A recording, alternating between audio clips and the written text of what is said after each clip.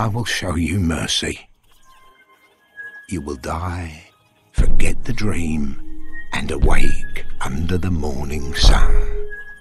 And you were especially irritated by the messages that you were hearing from civil rights leaders. In the podcast, I think you say the "can't we all just get along" messages, because you felt like it dismissed the real harm that people were feeling. Yeah, so it dismissed what people were feeling. That approach starts to feel like surrender. That approach starts to feel like, because we can't all get along if any of us are under attack. That kind of kumbaya approach. Yeah, it's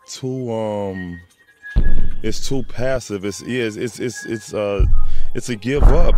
And so I felt that, you got to fight back at some point. I mean, I understand the desire to respond peacefully and turn the other cheek and be Christ-like, and I get that deeply. How do you stop an attacker peacefully? How do you protect yourself? At some point, it just becomes about survival, and that's the first law of human nature, self-preservation, right?